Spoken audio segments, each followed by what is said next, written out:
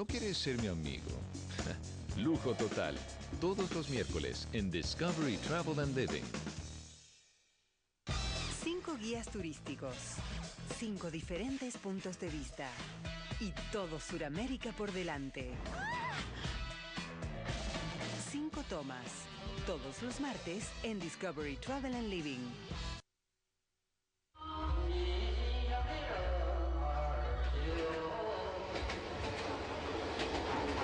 Morning. After a good night's sleep, Justine's crossed the provincial border to arrive in Kunming, the capital of Yunnan.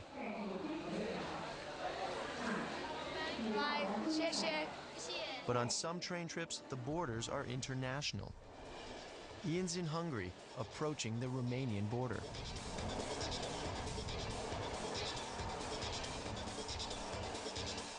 My destination is a land of haunted castles, werewolves, and vampires.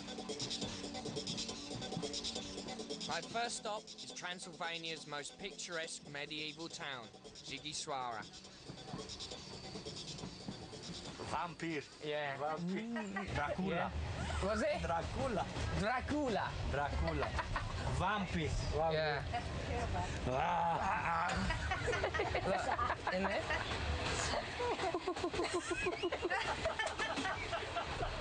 Who's that? See if you can guess. Passport here. Yeah. Oh, damn. I mean, passport? No? Okay. Asta 90. 90 atunci. What, they're friendly, yeah? Ah, passport! Hey. Oh. Dai pașaport, ăsta te dai. There's no how many more people are going to get in this carriage? Ia ca și mă bag lângă fată. Get some more guards in there. Am terminat, ne-am întâlnit. People told me it was going to be a big hassle at the border and everyone would be unfriendly, but this is great. It's like a comedy sketch. So now an expert with borders, Ian's about to take on the ultimate challenge, Chinese border guards. Wow, check this out. Only 2 hours outside of Beijing, and we're following the Great Wall of China. That is sexy. This journey takes you from Beijing in China across the border to Ulaanbaatar in Mongolia.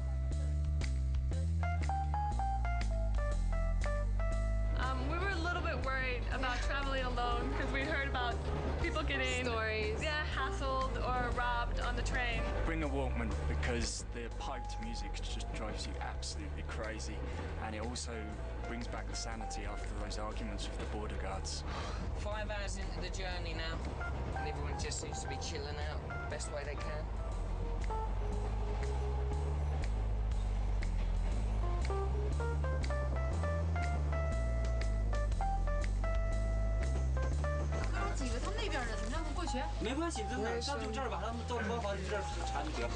It's 9 o'clock in the evening, we stopped, and I'm not sure whether this is the actual Chinese-Mongolian border or what. No one knows anything. Some nice music over there, Toya Wilcox crossed with the Crankies or something. But anyway, I haven't got my passport, so I'll have to go back, because if your visa's not in order, bad news. Yeah? Okay. Hello? Hello? It's no photo. Now please be inside. Hello, please be inside.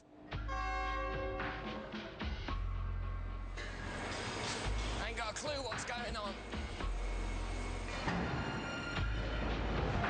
What's happening here is they're changing the wheels on the train because the gauge... Keep filming. What they're doing is changing the wheels on the train because the Mongolian gauge is about that bit smaller than the Chinese side, so they're actually dragging the wheels and putting them under. Woo! It's like some mad film set.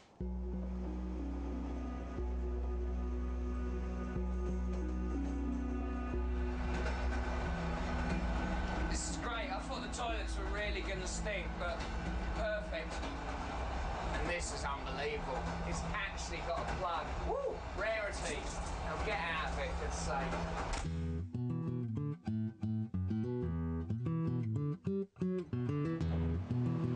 But what if you're a free spirit and don't want to be bogged down by train timetables? You've got your driving license and you can rent a car. The wackier, the better. You can get cars a lot cheaper and a lot more interesting than the ones you find on the way out of the airport. The Beat generation made the road trips sexy, but none of it would have been possible without one man. Henry Ford was the man to see. He invented Model T in 1903. I'm in his museum in Dearborn, Michigan. There's so much to see inside. Come along for the ride. Peace. This is the Model T, and it was this car that made Henry Ford the richest man in the world. It was his idea to design a car that anybody could afford, an everyman car. And he calculated by paying his own workers a little more money, they would then be able to afford the very cars that they were manufacturing. From 1908 to 1927, 17 million Model Ts were produced. And Henry Ford could do that because he perfected the automated assembly line, he invented the idea of interchangeable car parts, and he became known as the father of mass production. Boy, I don't know. Let's hope we can make it back home. Well, maybe we should stop. We shouldn't take any chances. Yeah, oh my gosh, there, it's died. Oh, geez, we're going to have to crank start this vehicle. Crank start this vehicle? Yep. I'm getting it. Almost. You did it! I feel the need for speed. By the 60s, car designs became sleeker. Megan has picked up a classic Corvette to experience the Skyline Drive in the Blue Ridge Mountains of Virginia.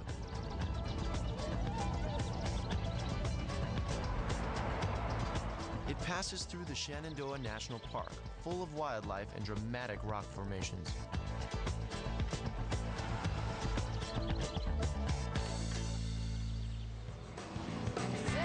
And a classic car is nowhere more at home than on the legendary Route 66, where Justine is meeting up with some enthusiasts.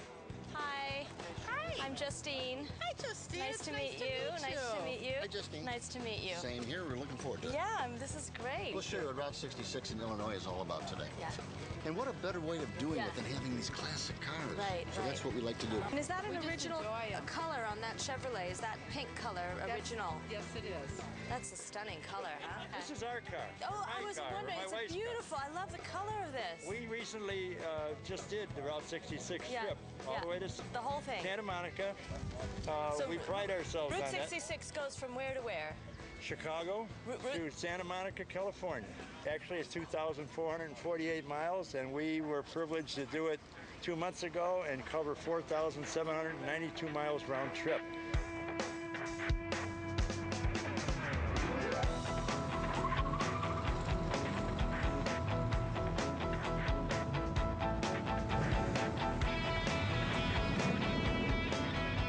It would take a week to drive from Chicago to Santa Monica, so instead, Justine's driving from Wilmington down to Springfield in Illinois.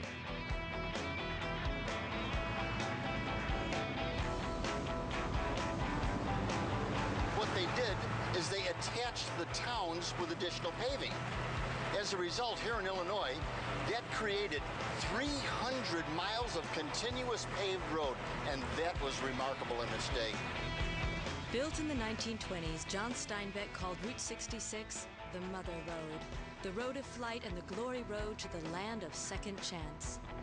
It's a labor of love introducing these people to the real Americana.